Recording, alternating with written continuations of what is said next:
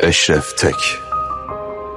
Belki ölümden korkmadığı için, belki ölümden korkmadığını herkese göstermek için ya da belki bile isteye ölmek için kendisine kurulan pusuyu haber almasına rağmen kimseyi aramayıp 3 tane kurşunla akciğeri ve bütün iç organları parçalandığında ben onu tanıyalı henüz 4 yıl 7 ay olmuştu.